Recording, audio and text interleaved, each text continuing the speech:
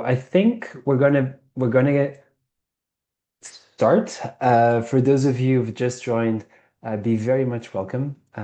You're getting here right at the right time. Welcome to this webinar called Trust Grows Here: Why Sustainable Brands Win in Health and Nutrition. My name is João Brito. I'm Director of Growth and Innovation at HowGood. And in case you don't know HowGood yet, we are a platform specialized in the automation of life cycle assessments and sustainability reporting for food and nutraceutical brands. And today I have the great pleasure of joining you today alongside Sofia Sotiropoulou, Senior Director of Sustainability and Climate Innovation at Lonza Capsugel, and also Michael Ewan, Business Development Manager at Puredia. I had the pleasure of meeting with both Sophia and Michael at the Vita Foods trade show in Barcelona last week. For those of you who might not be familiar, Vita Foods Europe is one of the world's largest nutraceutical trade shows. And we're here today to share with you some of the latest insights on how health and nutrition brands are approaching sustainability and how they're communicating it to drive real, tangible financial benefits for brands. So we have a pretty ambitious agenda ahead of us. I have the pleasure of actually kicking us off with a few reflections on what is the sustainability imperative for brands, and also to provide a framework on how brand owners can articulate the value of sustainability within a business context. And then we're going to look at two specific case studies. One from Lonza Capsugel that is going to be led here by Sophia, who's on the call here today, and the other one by Michael Ewan from Puredia. And then at the end, we're going to have a Q&A. So, of course, feel free to use the chat to introduce yourself, to post questions and post your comments. And we hope we can discuss those in detail right at the end. So with no further ado, let's start with the big why, and kind of what is the sustainability imperative for brands.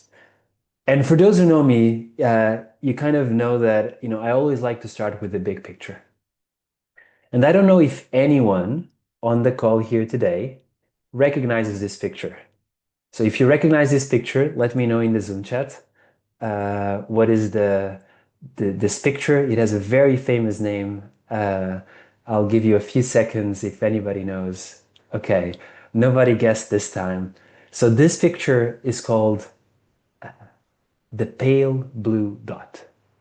And you ask, why is it called the pale blue dot? If you might be able to notice that right in the middle of the picture there is a pale dot, and that pale dot is actually planet Earth. So this was a picture that Voyager 1, right when they were at the outskirts of the solar system, the NASA engineers instructed Voyager to take one last picture of planet Earth. And this is what it captured. Earth, this kind of suspended ball of dust in this cosmos of almost nothingness. And another picture, if you were to zoom in into this pale blue dot, this is what you would see. So this is a picture from Apollo 8, the first mission that orbited around the moon. And this picture was very famous because it was called the Earthrise. So the astronauts took this picture of Earth rising above the moon, and it was actually one of the first pictures where people kind of started realizing and calling to planet Earth this idea of the blue planet, because so much blue was available. 70% of the Earth's surface is water. But it doesn't stop here. Just last month, right, we're talking about close to exactly 1 month and 1 week ago, the Artemis 2 crew actually took this yet another picture of planet Earth, and this picture was called the Earth set, because Earth was setting on the moon. And so they often talk that, the astronauts that are on these missions where they orbit around the Earth and they orbit around the moon, they go back to Earth and they go back to planet with a different perspective, what they call an orbital perspective, of how fragile life is on a planet such as small as ours that is suspended in such a broad, the dark vastness of space. So, what would it happen if we were to take an X-ray to planet Earth? How's planet Earth doing? Um, so, there is this framework that some of you may be familiar with called the planetary boundaries framework. And you can see it as like an X-ray of planet Earth, right? It looks at how are the processes, the biological and geological processes that ensure stability of life on Earth and how those processes are doing. So you can see that there is the climate change, there is biosphere integrity, there is land system change, freshwater change, biogeochemical flows, ocean acidification, aerosol loading, ozone depletion, and novel entities like plastic pollution. So these are kind of the safe, the key processes that are essential for Earth stability. And in the most recent assessment, the researchers from the Stockholm Resilience Center concluded that we already crossed 7 out of 9 planetary boundaries. So you can see which ones of those. So basically, we are operating above the safe operating space. And this is not just an assessment of sustainability or ecology. In my conversations with business leaders, often comes up that these risks, these geological and biological processes are affecting businesses. So if you think of extreme weather, just a few years ago, extreme weather in West Africa, which is responsible for 70% of the cocoa bean production, drastically reduced yields and led to huge increases in the prices of cocoa across supply chains worldwide. I've seen also business leaders talking about, for example, biodiversity loss and its impact on farm yields. Farm yields require pollinators, but if you don't have pollinators, then it's going to be very difficult for folks to maintain yields. And the same thing happens with water scarcity. Regions that have been facing water scarcity and droughts for multiple years are facing consequences in terms of halts or pauses to production. So a lot of these processes are not just theoretical ecological processes. These processes actually impact business fundamentals. And there is a business case for sustainability. And some brands have already started reducing their negative impacts. But because we're overshooting on so many of these places, we need regenerative brands that can also bring Earth back to the safe zone. And I'm really excited because that's also one of the things that Michael Ewan from Puredia is going to be talking about is about, the regenerative potential of brands. Now you ask, okay, all of this looks very nice, but in the current geopolitical climate, are companies really taking action? And the answer is yes, they are. We're seeing since 2015 a consistent growth in the number of companies that at least are committing to take action. And you can see that the growth has been stable enough. And we've seen growth across all sectors. So more than 12,000 companies have committed to set science-based targets that regulate their impact on the natural systems, with a focus particularly on GHG emissions. And you can see that healthcare, industrials, and materials are having year-on-year growths of 41, 43, 76%. So even despite the current geopolitical climate, brands are actually stepping up and continuing to commit. But then the question is, are these initiatives really translating into success in the marketplace? And that really is kind of what takes us into these conversations about the business case of sustainability. And what we've seen is that some companies are able to convert their investments in sustainability into wins in the marketplace, into gains in customer preference, while others cannot. So before we go into the two case studies that we have for here today, we actually want to share with you a framework on how here at How Good we articulate the business case of sustainability, hoping that this would also be useful to you. So what this framework says is that there is only so many ways that we have of generating business value. We're either growing the upside of companies, the revenues, the price, the sales volume, or we're actually reducing the downsides, the costs, the risks. And we're either working on something that is tangible, that companies have on their books, or we might be talking about things that are intangibles, that we know are important for the market value of the company, but that they're difficult to materialize and measure in terms of book value. And so, how can sustainability then be tied to the business case? Well, there are four quadrants where you can integrate sustainability initiatives. The first one is growing revenues, either because you're growing more of sustainable products, or you are charging a price premium for those products, or you're helping or gaining market share because you're a more sustainable alternative. The other option is working on the upside and the intangibles. So these are things that may not directly translate into revenue today, but these are things that differentiate your company. For example, the ability to have patents connected to sustainability innovations, the ability for you to attract talent who's looking for working with purpose, the ability to drive customer loyalty because customers see you as their preferred partner on sustainability. And then on the other hand, we have the downsides, right? Maybe sustainability can also reduce costs. How? It can help you make a more efficient use of resources. It might help you reduce indirect costs, reduce the cost of goods sold, and it might also help mitigate risks.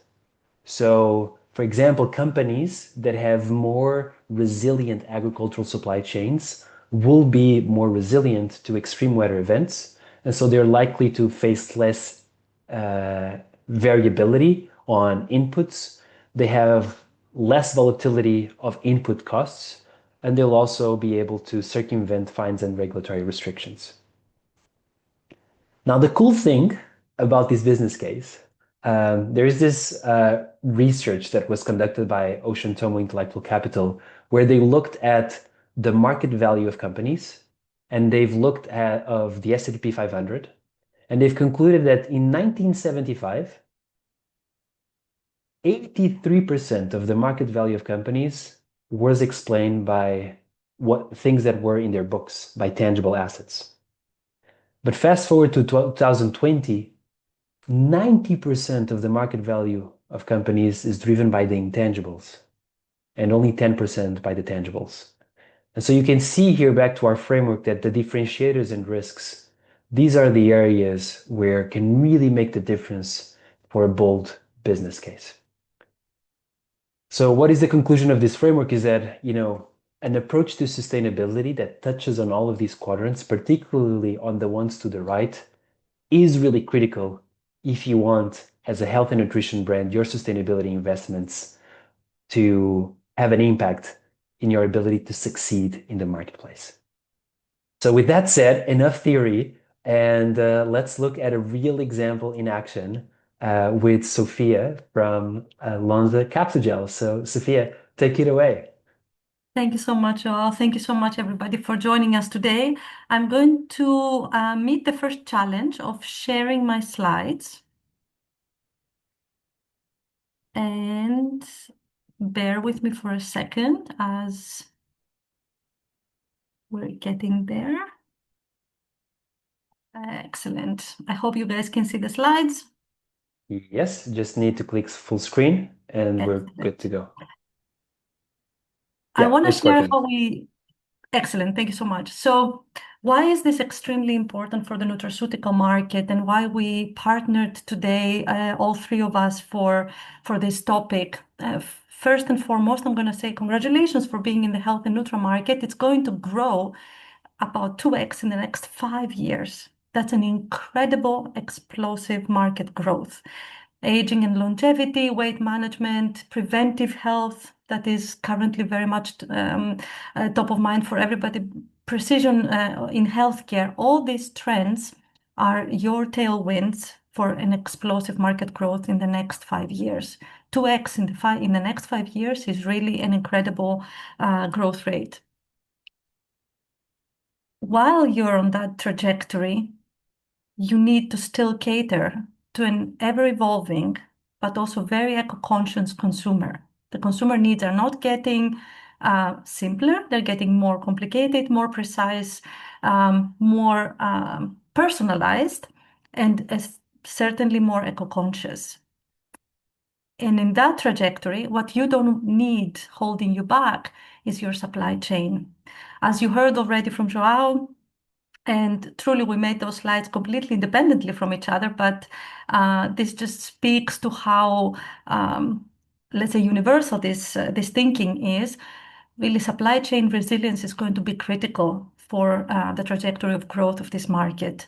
You heard about droughts, you heard about ingredients being scarce as we move forward, pricing getting really crazy because of scarcity of certain components. So building in your growth, supply chain resilience with ethical, climate resilient sourcing is going to be very, very important. But also adopting technologies that embed circularity. You heard about cost efficiency. So all in all, sustainability is nothing but good business. You cater to your consumer needs, you take care of your supply chain, and you try to be as efficient as possible to reduce the cost. It's good for the planet and it's good for the business. Now, specifically speaking about sustainability, and again, the thinking here was developed almost independently, but it is well acknowledged today. The risks and the cost propagate across the value chain. It doesn't matter where you sit, whether you're a brand, whether you're a consumer, a supplier, or you're, in agriculture, you're a farmer. The risks and the cost will impact you. Starting at the farm, you heard and you see in the slide, droughts, yield losses, soil erosion, unclear practices really, use of unsafe chemicals. All these are risks that happen at the birthplace of all of our ingredients, of all the inputs to our supply chain. And by the way, this already today, the climate disruptions that are happening on a yearly basis are estimated to have billions of damages in impact. The number is 100 billion, and this is really coming from US climate disasters only in 2025. It was estimated in the 100 billions of damages. This is really a huge number. But on the other side of the supply chain, you have the consumers, you have the me's and the you's. And there we're talking about health impacts, right? And that's priceless. There's no number to be put there. But that's what we're talking about. And in between, we're talking about, of course, ingredient suppliers who are trying to extract pure and efficacious ingredients.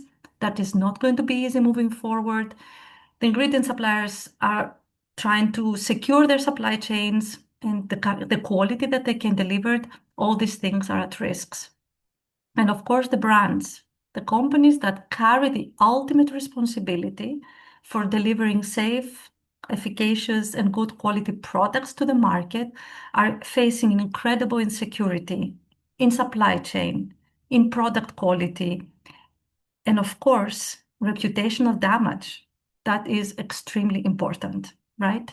If you're a brand and in today's world, your practices and the way you are delivering your goods are almost transparent. You're almost sitting in a glass jar and everybody can see what you're doing. It's not very difficult for someone to pull up a phone and post a video. And then you have consumer activism, very, very easily organized. So your reputation and the reputational damage risk is huge. So how do you tackle it?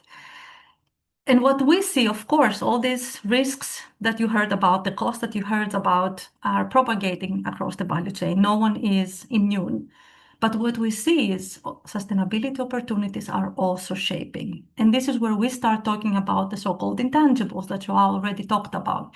And we see that across the globe. EU and EMEA or the European market and consumer always carries I'll say the flagship of being very sustainable, but that's not true anymore. That is a global concern. It's a global macro trend, and we see that very clearly in how claims are being shaped, the portfolios that the markets are bringing to the market, and what is growing, right? We know, of course, that natural, vegan, vegetarian, organic portfolios in food and nutrition and in healthcare have become almost a mainstream, but we see also growing attention to can be recycled, comes from sustainable sources, and is environmentally friendly or even carbon neutral. And so we can see clearly that the consumers are paying growing attention to a diet that is not only good for them, but also good for the planet. They want to do the right thing. And indeed, the sustainability claims are rising also in consumer health, and now are appearing about in 24% of the global sales. 8 out of 10 brands out there, our research shows, are making sustainability claims on pack. This is really, really incredible. And of course, the growth is at the 6.4 CAGR. This means that it's really very high. And what we are also seeing is, of course, we are trying to look at quantitative data as much as possible. Yes, continues to be that an organic vegetarian claims are still the top claims in terms of value sales. But we see, of course, that the fastest growing sales by value are environmentally friendly, vegan, no palm oil, but also carbon reduced. Consumers are concerned about the environment and the climate impacts. And then we looked at the brands. So consumer behaviors is changing, and consumers are looking for products that are not only good for them, but also for the planet. How are brands evolving? And yes, brands that are sustainable are attracting more revenue. Again, you heard it from Joao, and this is also what our research shows. We have gone out and segmented actually the customers that we have, that we are serving, which are in the thousands. As a supplier, we have that privilege of looking at a very, very broad industry. And what the data came back showed us that how are clearly differentiated the sustainability leaders from the laggards. The leaders are using sustainability in their financial disclosures and in their earnings goals. They are looking for certifications, they are doing their labor due diligence, and they're looking for partnerships. They know how to do this versus the laggards who are, of course, behind in all these topics. And so how are we as a supplier, what is our responsibility, and how are we incorporating sustainability practices in our supply chain, and how are we helping brands move forward? One of our key responsibilities when we deliver goods to the brands and to the consumers is, of course, our responsibility in sourcing those materials. And you can see here, one of the core aspects of our work has been to have a responsible supply chain, both in terms of sustainability and sustainable practices, but also in terms of decarbonization. And you can see here the results of several years of efforts across our suppliers. 95% of our suppliers in EMEA are covered today by sustainability assessments. In the Americas, and this is North and South America, the number is at 85%.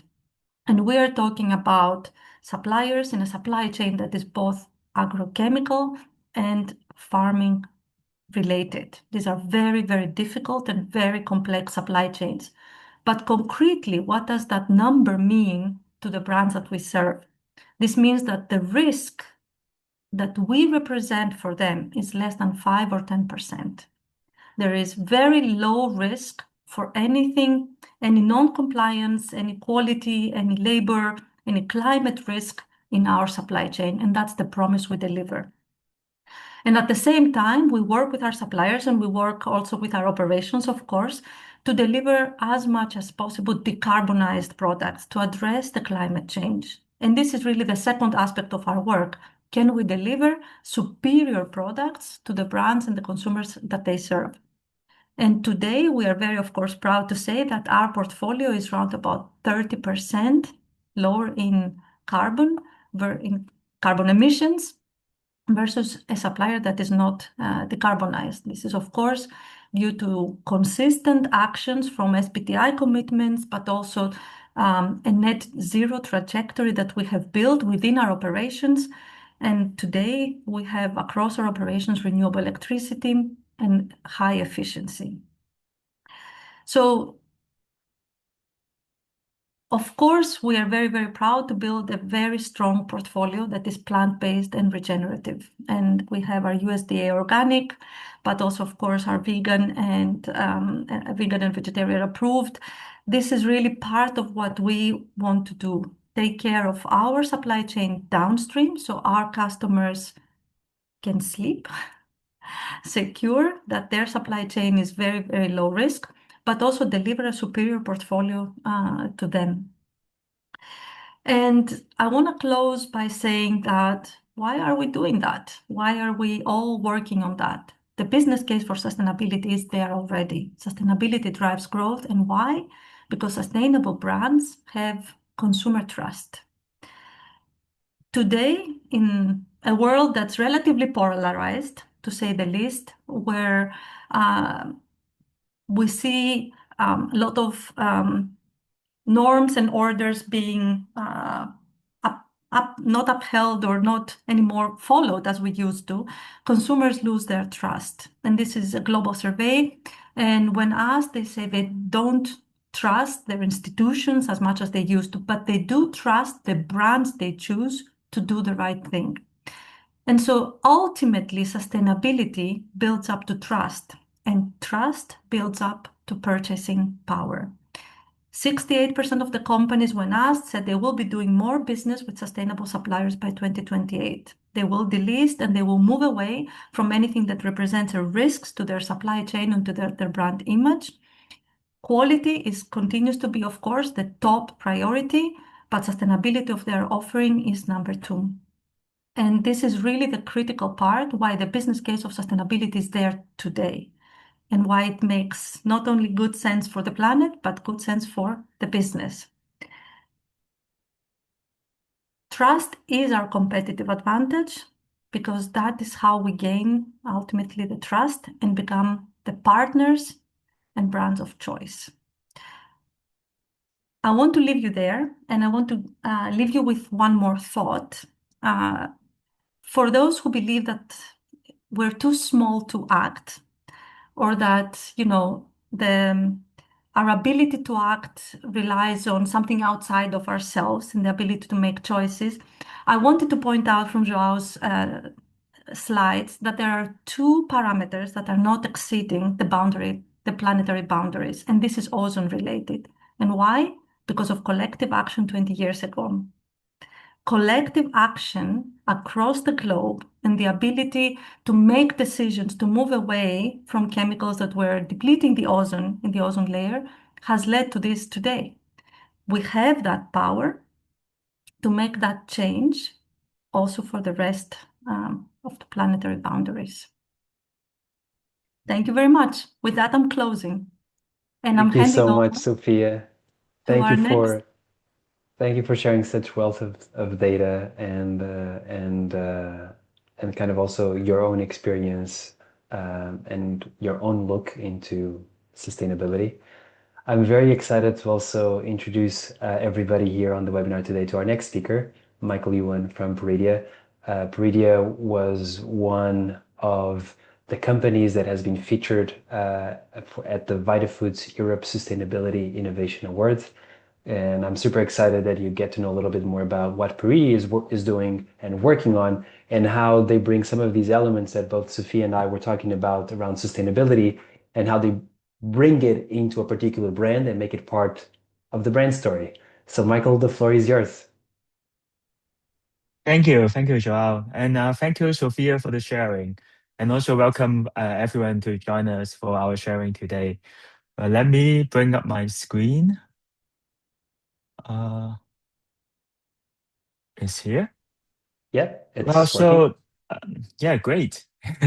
So at Puredia, We focus on sugarberry that's originated from Himalayas, the highest mountain of the world. And our core principle is to develop organic, innovative, and clinically proven ingredients uh, for nutraceuticals, for nutraceutical applications. And one of the sustainable model that we are trying to adapt um, is through the plantations of our seed-form berries. And one of the campaign that we are running is that beyond organic and restoring the desert area in Tibet.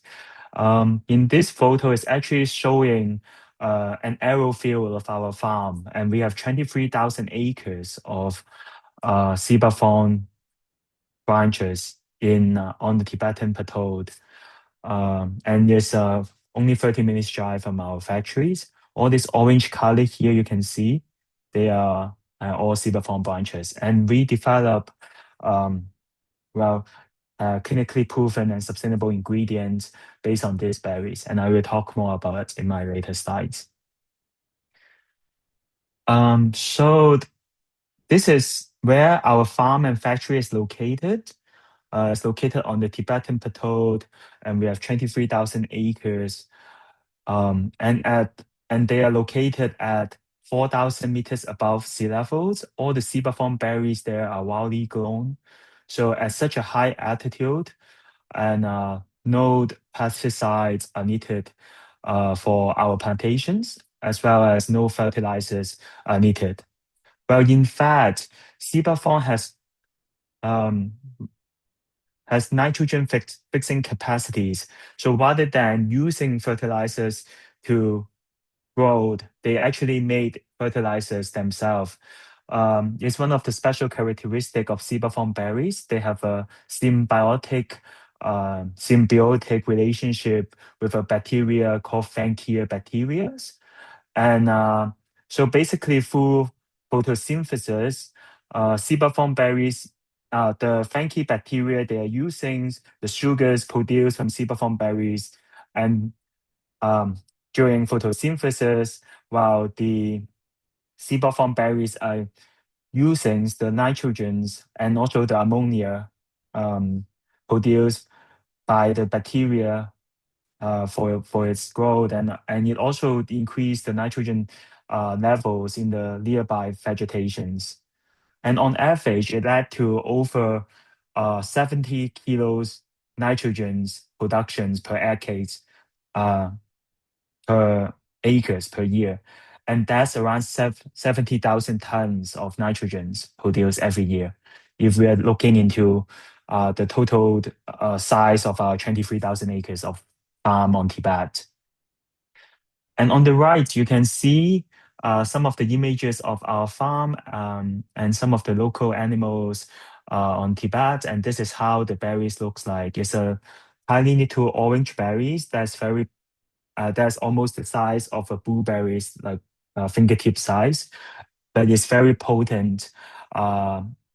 It's naturally grown with more than 190 bioactive nutrients, and I will talk more about it in my later slides. So I have also included a short video showing our farm and factory on Tibet in my following slides.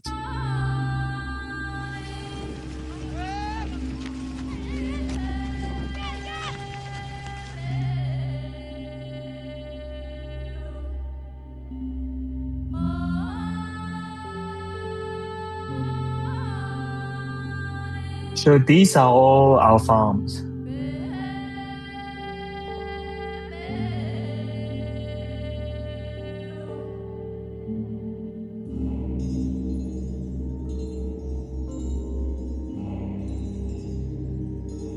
And this one as well. Seaberry is a highly resilient wild plant, native to the Tibetan Plateau. Growing at high altitudes and under extreme weather conditions, seaberry contains over 190 bioactive nutrients with great nutritional and powerful restoration abilities. It is praised as the king of vitamin C. This superfruit is harvested by the fair trade farmers using traditional harvesting practices without using plastic containers. Puredia's wholly owned certified organic sea berry farm consists of 23,000 acres that provide sustainable supply of the purest and highest quality of sea berries. The fresh sea berries then are Right. So in terms of sustainability, all our farmers, they are trained with sustainable harvesting practice. So before each harvest, we will set up rotational collection plans. So we allow sufficient time for the plants to regrow in the upcoming years. We also have very tight standards in terms of harvestings. We will only harvest branches that are less than 5 cm long and 6 millimeter in diameter. So the plants have sufficient size to regrow in the upcoming years. And lastly, when our farmers, when they see their local animal manures excrete like poops, they will plant some seabathorn branches on it. So it will slowly turn into a seabathorn shops branches again in the upcoming years.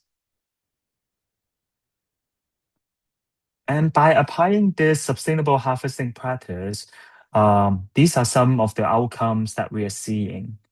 So the first one is natural regrowth. There is actually a phenomenon behind seabathorn branches. It's called apical dominance. Whenever you cut the end of a seabathorn branch, it will grow into 2 or more branches in the upcoming years, so that you can thereby increasing biomass and leaf densities in each seabathorn branches. And in terms of numbers, it can lead to in our 23,000 acres of farms, it can lead to around 70,000 tons of CO2 emissions, reduction in 70,000 tons of CO2 emission each year, and that's equals to around 15,000 cars emissions every year. Well, other than that, seabathorn has really strong rooting system. It can survive in pretty much everywhere. It's also known as the survival plant. It has over 2 million years of history of evolutions, and and so it can really help. The strong root system can help to retain soil moisture and revive. It can also help to increase the vegetation level nearby. In terms of some numbers, from the nitrogen fixing capacities, our seabathorn farm can actually produce over 70,000 tons of nitrogen fertilizers each year, helping the plant and also the nearby vegetation to grow each year. Other than that, seabathorn plantation has actually restored over 100,000 acres of desert area in Tibet as well. And lastly, usually there's only one harvest for seabathorn berries every year, and it usually takes place during the winter period. So it's usually the time when the local farmers has no work to do. There's no crops to be harvested. So by partnering with us, this actually brings the local farmers extra incomes during the winter period. So it's actually it has social responsibility aspects and value bringing to the society as well. And in terms of our future plans, our ingredients, they are now used in over 400 products in the markets worldwide. And as we sell more, we will need to harvest more, and we will make the plants to be more flourish over the years. So we are trying to promote our sustainability model by promoting our ingredients so that you can help the seabathorn berries and the branches to be more flourish, doing more photosynthesis and reducing carbon dioxide emissions. every year. But other than that, in terms of our R&D directions, we are adapting the upcycled models.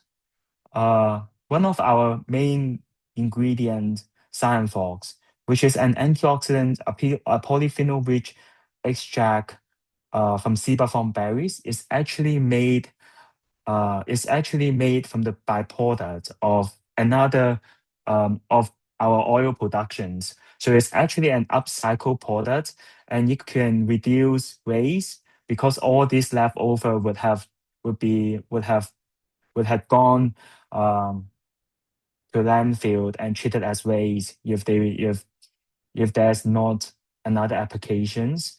And we develop our unique patented technologies, and we also conduct clinical trials to prove the efficacies and safety of this ingredient, turning it into a valuable product.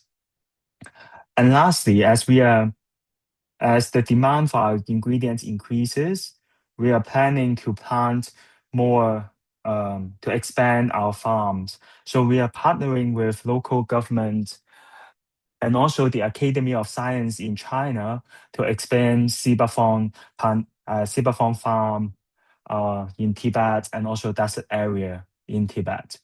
And so far, the program itself has planted over 45,000 acres of sebaceous berries on the Tibetan Plateau.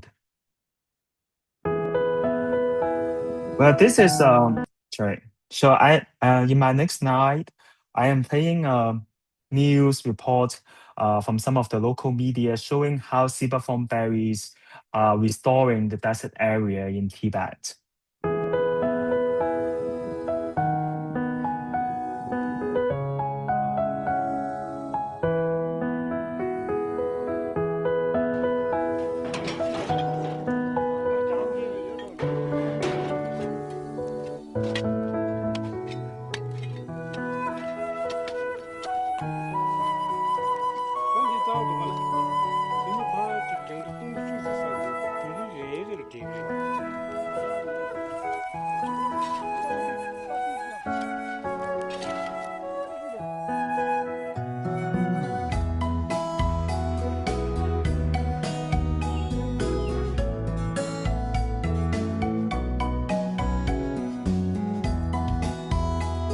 So all this area was actually a dried river in the past.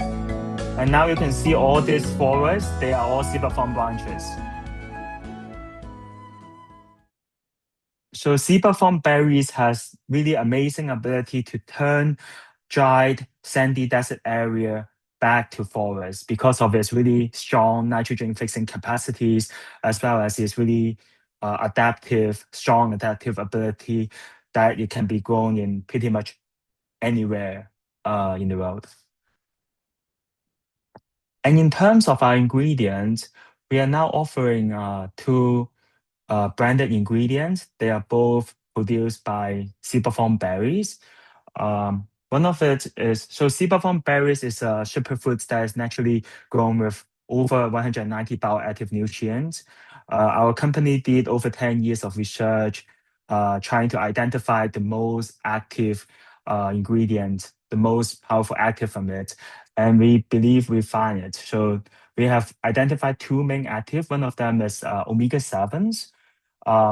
So sebaceous berries has the full spectrum of vegan omega-3, 6, 7, 9s. And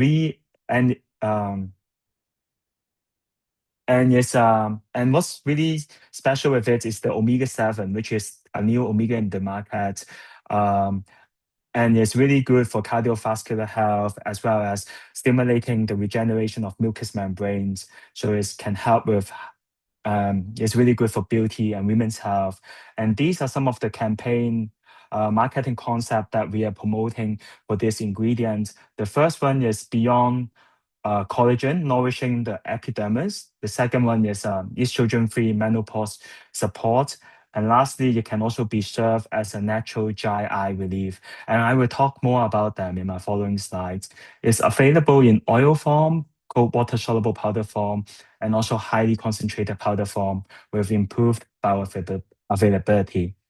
Other than that, we also offered uh, a polyphenol-rich extract from sebaceous berries, and we standardized the proanthocyanidins and flavonoids from it. And this is the upcycled product that I mentioned in my previous slides. And from our research, it was by chance that we also realized that it's one of the strongest plant-based antioxidants in the market. It's 9 times stronger than grapeseed in terms of ORAC value and almost double pine bark. And these are some of the marketing concepts we are um, running, we are promoting for these ingredients. The first one is a focus on cellular health. So it has really and its NAD plus powers your cells while Fox renews them. The second concept is targeting beauty at the cellular level. And lastly is healthy aging, be your best you. And I will talk more about each of them in my following slides.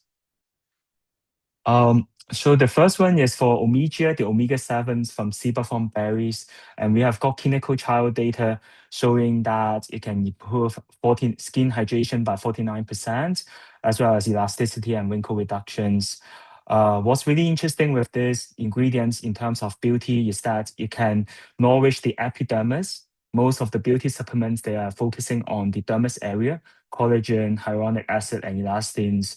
They are the three main components of the dermis. However, with our omega-7, the breakdown of them, free fatty acid, they made up majority of our epidermis and is directly affecting our appearance.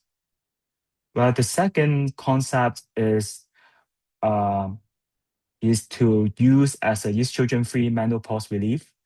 And we have clinical data showing that it can increase vaginal hydrations and elasticity by over 30%. And what's really interesting with this clinical trial is that we didn't see any significant change in vaginal pH, which indicates a lack of estrogen effect in the body. And lastly is it can also be served as a natural dry eye relief because the inner part of our eye is also part of our mucous membrane, and through omega-7 and the regeneration of mucous membrane, it can help increase eye moisture, eye hydrations, thereby reducing eye dryness and burning. In terms of Fox, the upcycled ingredients extract from the leftover of our oil productions, we have clinical trial data showing over 40% increase in stem cell activities. And stem cell exhaust is also considered as a hallmark of aging, which is the same as mitochondrial dysfunction. They are both classified as hallmarks of aging. So we have many clients who paired Fox with NAD plus or plant extract that can activate NAD plus, targeting both hallmarks of aging, and it can lead to a more complete cellular anti-aging formulas. But the second concept is to target beauty at the cellular levels. So by stimulating the three main type of stem cells in our body, the progenitor stem cell, endothelial stem cell, and mesenchymal stem cells, we also have clinical trial data showing that Fox can increase collagen by over 100%, hyaluronic acid by 95%, and elastin by 58%. And these are the three main components of our dermis areas. We are also seeing improvements on hair health, and all these benefits comes from the stimulation of stem cells turning into skin cells and hair cells, leading to all these beauty benefits. And lastly is for healthy aging. Our slogan is "Be your best" to maintain the best state throughout our lives, so we are able to move, able to travel around when we are old. And other than the cellular health and cellular energies. We have also got clinical study data showing improvements on cellular energy leading to active lifestyles. We have also got endpoints, clinical results showing improvements on heart health, eye health, and also gut health. And all these ingredients, they are certified with USDA, Canada, EU Organic, non-GMO, halal, kosher, NSF, GMP, BRC, ISO, and HACCP.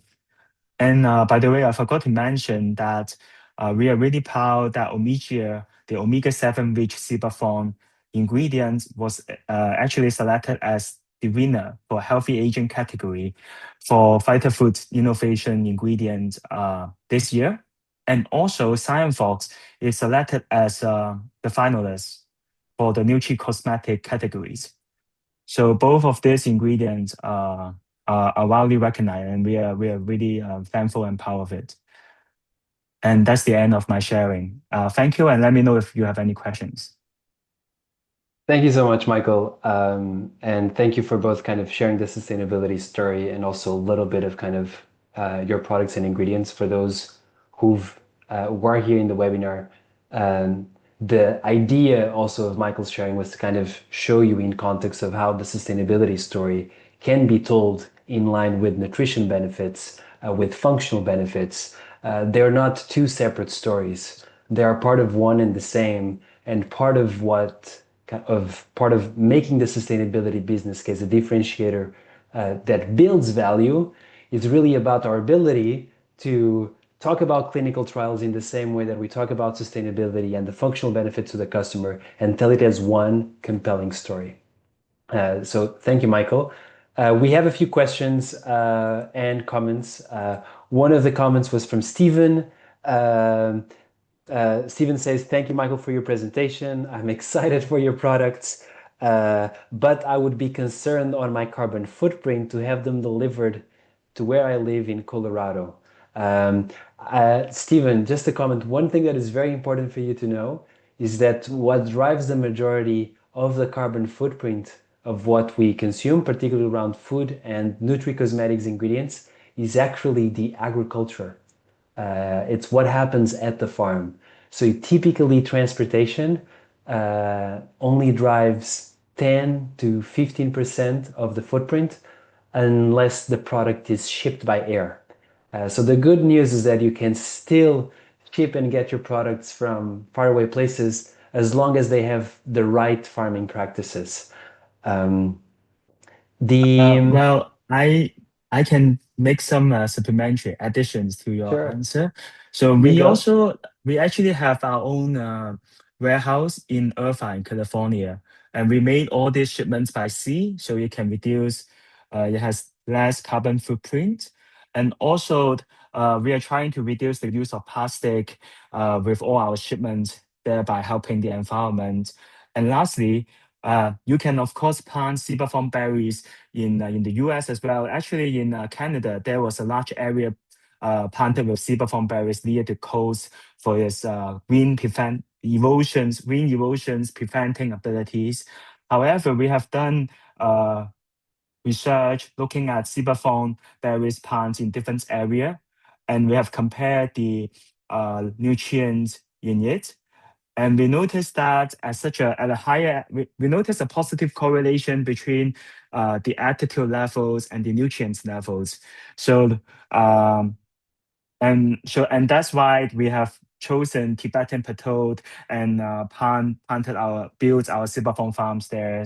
And we believe that's the best area to plant our seabathon berries. It's actually one of the closest harvesting locations to the origin of the berries as well, the Himalayas.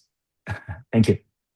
Thank you so much, Michael. And I love how the harder it is to grow, the more tough the conditions, the more the concentration of the active principles that you need. There's something beautiful about that.